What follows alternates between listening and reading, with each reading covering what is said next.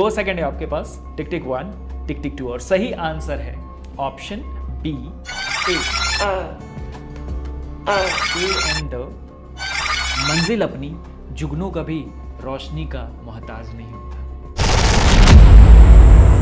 तो हो जाइए तैयार बनने के लिए ज्यादा समझदार। और इस वीडियो में हम डिस्कस करने वाले हैं बहुत इंपॉर्टेंट टॉपिक, तो जो कि थोड़ा इजी है, लेकिन आपको इस वीडियो को देखना चाहिए मेरे अकॉर्डिंग, क्योंकि यहाँ पर कुछ ना कुछ आपको ऐसा एलिमेंट दिखेगा जो कि हमने ऐड किया है एक्स्ट्रा, जो बाकी लोग नहीं बताते हैं आपको।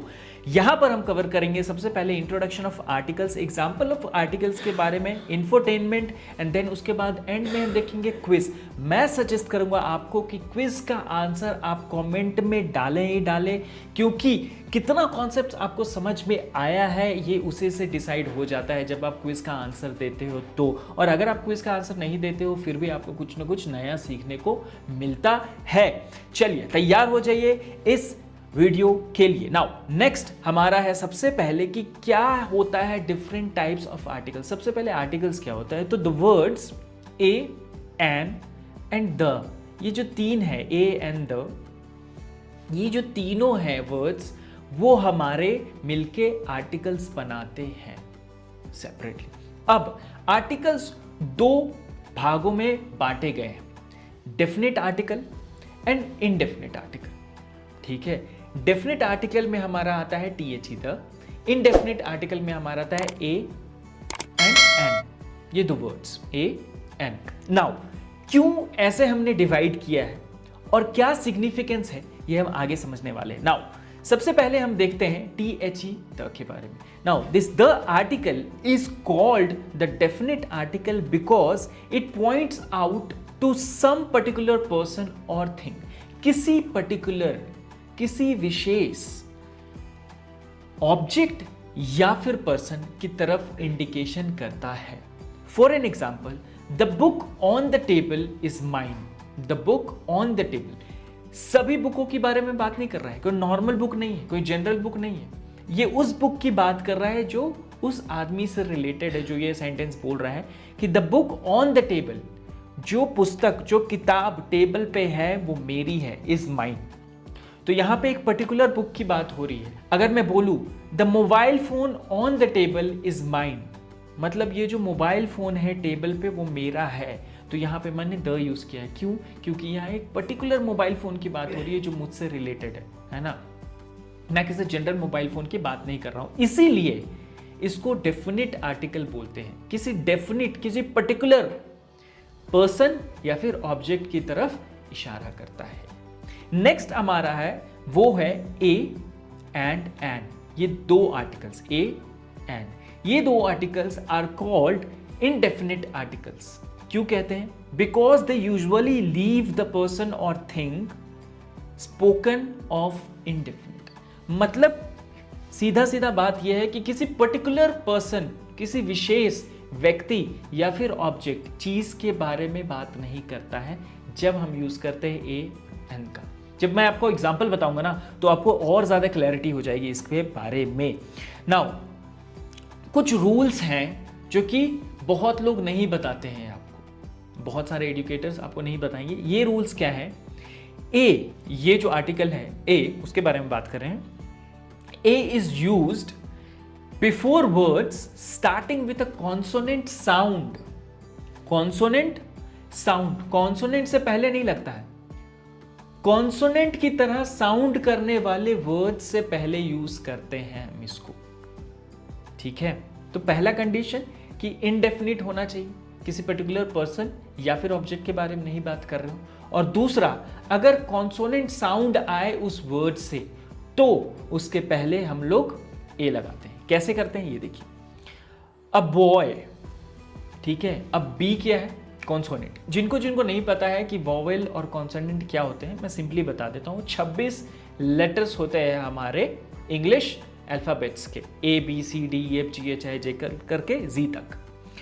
नाउ उन लेटर्स अल्फाबेट्स में ए ई आई ओ यू, मैं फिर से दोहराता हूं, ए ई आई ओ यू, ये जो 5 हैं वो वोवेल्स कहलाते हैं। और इनके अलावा जो बचे हैं 21 जो अल्फाबेट्स हैं वो हमारा कहलाता है कॉन्सोनेंट, जैसे बी, सी, डी। ठीक है, अब देखिए यहाँ पे अ बॉय, अब जब आप बॉय बोलते हो, लड़का बोलते हो, तो बी साउंड आता है ना, बॉय।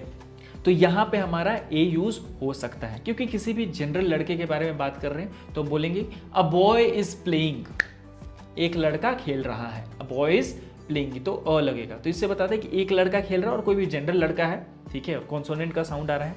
अ कैट, अब कैट भी जनरल कैट है, सी है, तो कॉन्सोनेंट है ये, तो यहाँ पर भी हमारा ए यूज होगा।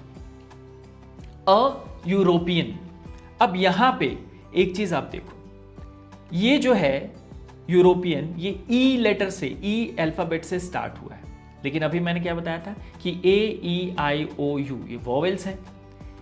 अब यहां पे कॉन्सेप्ट जो मैं बताने वाला हूं उसको मैं हाईलाइट कर रहा हूं, कॉन्सोनेंट साउंड आना चाहिए। कॉन्सोनेंट अल्फाबेट होना जरूरी नहीं है, साउंड आना चाहिए। तो यूरोपियन जब आप बोलते हो ना, तो वहां पे आपको जो साउंड आता है वो वाई से शुरू होता है, वाई यू, यूरोपियन, है ना। अगर आपको देखना है तो मैं यहाँ पे आपको दिखा देता हूँ, चलिए यहाँ पे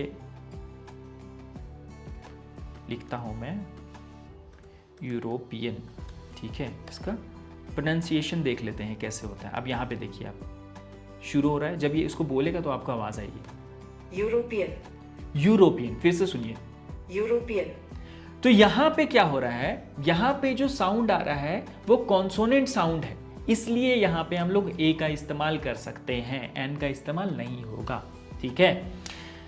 तो European sounds like it starts with Y sound, so A is used.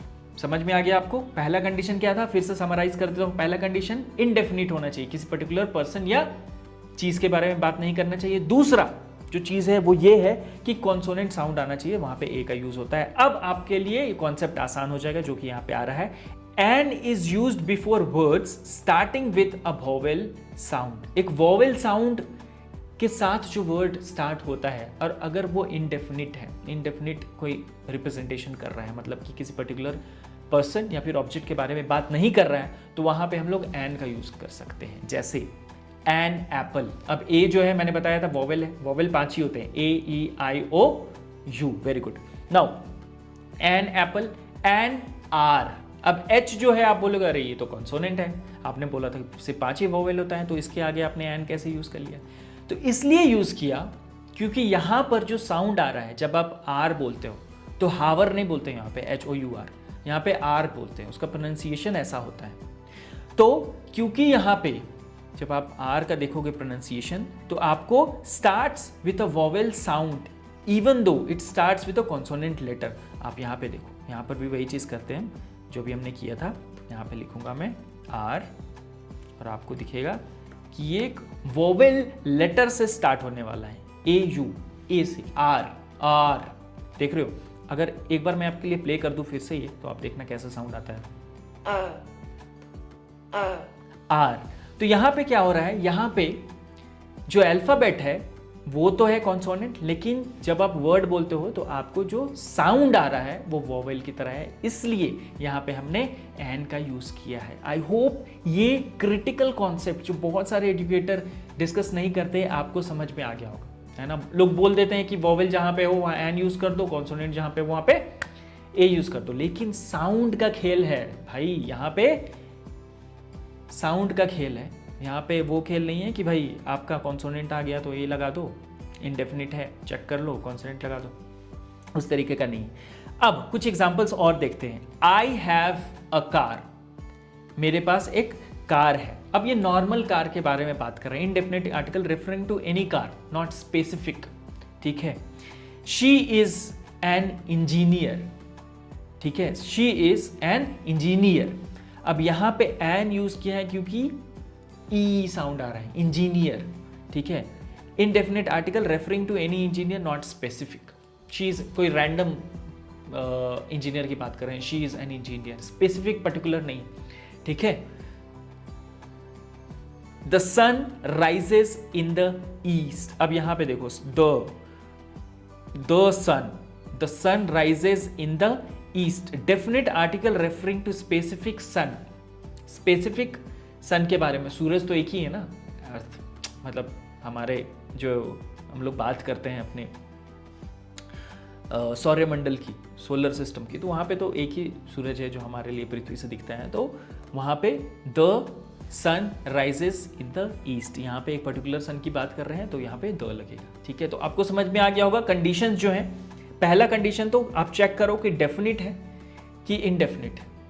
अगर डेफिनिट है तो द का यूज होगा, है ना, द सन। ठीक है, यहाँ पे अगर इनडेफिनिट है तो वहां पे पर्सन और थिंग के पहले हमारा ए या एन यूज हो सकता है। ए यूज होगा जहां पे कॉन्सोनेंट साउंड आ रहा है आपको, जैसे कार, बार। ठीक है, एन का यूज होगा जहां पे आपका वॉवेल का साउंड आ रहा है, जैसे an hour, H O U R, H से स्टार्ट हो रहा है लेकिन साउंड कैसा आ रहा है, ए यू की तरह, आर। ठीक है तो इस तरीके से कुछ हमारा आर्टिकल्स काम करता है। ठीक है, नाउ अब इन सब चीज़ों को समझने के बाद एक छोटी सी शायरी मैं आपको सुना देता हूं ताकि आपका मोटिवेशन जो है बना रहे। जब टूटने लगे हौसले तो बस ये याद रखना, जब टूटने लगे हौसले तो बस ये याद रखना, बिना मेहनत के हासिल तक तो ताज नहीं होता, बिना मेहनत के हासिल तक तो ताज नहीं होता। ढूंढ लेना अंधेरों में मंजिल अपनी, ढूंढ लेना अंधेरों में मंजिल अपनी, जुगनू कभी रोशनी का मोहताज नहीं होता। कभी कभी ऐसा होगा आपका लाइफ में, जब आप एक जर्नी पे निकलते हो अपने गोल को अचीव करने के लिए, तो है ना आपको बहुत डार्क लगेगा, सब कुछ ग्लूमी लगेगा, काफ़ी सैड लगेगा सब कुछ, लेकिन उस वक्त आपको अपने अंदर का मोटिवेशन, अपने अंदर का जो जोश है उसको कायम रखना है, जो आपकी रोशनी बन के आपको हमेशा आगे बढ़ने के लिए प्रेरित करेगी। चलिए अब हम देखते हैं क्विज को, और इसमें क्या करना है आपको ऑलरेडी पता है। 4 ऑप्शंस रहेंगे, A B C and D. आपको सही आंसर कमेंट में डालना है कि कौन सा आपको लगता है कि सही आंसर है। शी बॉट, स्पेस है, ब्लैंक, अम्ब्रेला यस्टरडे। आपको क्या लगता है इसमें क्या होना चाहिए, ए बी सी या डी? कौन सा आर्टिकल यहां पे यूज होना चाहिए? She bought, fill in the blanks, umbrella yesterday. ठीक है, कंडीशन चेक कीजिए आप, डेफिनिट है, इनडेफिनिट है, जनरल है, क्या है, ए यूज हो सकता है, एन यूज हो सकता है, या द यूज हो सकता है, कौन सा यूज होगा? 2 सेकंड का टाइम है आपके पास। टिक टिक 1, टिक टिक 2, और सही आंसर है इसका एन अम्ब्रेला।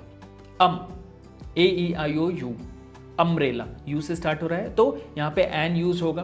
किसी भी रैंडम अम्ब्रेला का बात कर रहे हैं ना, शी बॉट अम्ब्रेला, आप कौन सा अम्ब्रेला खरीदा है, कोई स्पेसिफिक नहीं, कोई पर्टिकुलर अम्ब्रेला की बात नहीं हो रही है। तो यहाँ पे ये इनडेफिनिट आर्टिकल यूज होगा, उसमें से भी एन यूज होगा क्योंकि यहाँ पे साउंड जो आ रहा है वो वॉवेल का आ रहा है। नाउ नेक्स्ट क्वेश्चन है आपके सामने, यहाँ पे they live in dash house near the river. आपको क्या लगता है कौन सा सही आंसर है यहाँ पे? द, ए, एन, एस, कौन सा यहाँ पे यूज होगा? सबसे पहले तो आर्टिकल कौन सा यूज होगा आपको बताना है। इन चारों में से 3 ही है यहाँ पे, वैसे तो मैं आपको एक हिंट दे देता हूँ। 2 सेकंड है आपके पास। टिक टिक 1, टिक टिक 2, और सही आंसर है ऑप्शन बी, ए। क्यों? क्योंकि हाउस है, एच, हाउस कॉन्सोनेंट साउंड है। चलिए, they live in dash house near the river. अब नियर द रिवर बहुत सारे हाउसेस हो सकते हैं, कोई पर्टिकुलर हाउस की बात नहीं कर रहे हैं यहाँ पे, तो यहाँ पे ए का यूज हो सकता है। नाउ नेक्स्ट है हमारा dash book you gave me was very interesting. अब यहाँ पे कौन सा होगा? ए, एन, द या नन ऑफ द अबव? जल्दी से बताइए, बहुत इजी क्वेश्चन है ये। ठीक है, कौन सा आर्टिकल यूज हो रहा है? आर्टिकल वैसे इजी टॉपिक ही है, लेकिन आपको अगर समझ में आ गया ना तो आप किसी भी एग्जाम्स में ये करके आ सकते हो सॉल्व। चलिए जल्दी बताइए, 2 सेकंड का टाइम है। टिक टिक 1, टिक टिक 2। सही आंसर है ऑप्शन सी, THE, द। अब क्यों यहाँ पे सही है? अब देखिए, ये बुक जो है उसके आगे ये लगेगा आर्टिकल। ठीक है, अब ये बुक जो है वो पर्टिकुलर बुक की बात हो रही है या फिर जनरल बुक की बात हो रही है, ये आपको फाइंड आउट करना है। ये फाइंड आउट करने के लिए कि डेफिनिट लगेगा या इनडेफिनिट आर्टिकल लगेगा। तो बुक यू गेव मी मतलब एक पर्टिकुलर बुक की बात कर रही है जो सामने वाले आदमी ने उसको दिया था, है ना। ऐसा तो नहीं है कि बहुत सारे बुक्स दिए होंगे, एक पर्टिकुलर बुक जो दिया था उसके बारे में बात हो रही है, तो यहाँ पे डेफिनिट आर्टिकल लगेगा, पक्की बात होगी। और डेफिनिट आर्टिकल होता है हमारा द। ठीक है। अगर इनडेफिनिट रहता तो फिर हमें डिसाइड करना होता कि ए लगाना है, एन लगाना है based on the sound that the word is producing. Now ये था हमारा क्विज हमारे आर्टिकल से रिलेटेड। और भी जो वीडियोस हम डालने वाले हैं ना वो बहुत इंटरेस्टिंग आने वाला है कुछ दिनों में, तो वेट कीजिए उसके लिए और बने रहिए हमारे साथ। सब्सक्राइब कीजिए हमारा चैनल और प्लीज़ डाउनलोड कर लीजिए हमारा एप्लीकेशन जहाँ पे फ्री रिसोर्सेज आपके लिए रखे हुए हैं। जो भी लेसन्स हम यहाँ डाल रहे हैं ना यूट्यूब में, उससे related free lessons, practice papers, ये सब चीज़ वहाँ पर मिल जाता है, ठीक है। तो उसको भी डाउनलोड कर लीजिए। आप हमारे वेबसाइट को भी चेकआउट कर सकते हैं। थैंक यू सो मच ये वीडियो देखने के लिए। मिलते हैं नेक्स्ट वीडियो।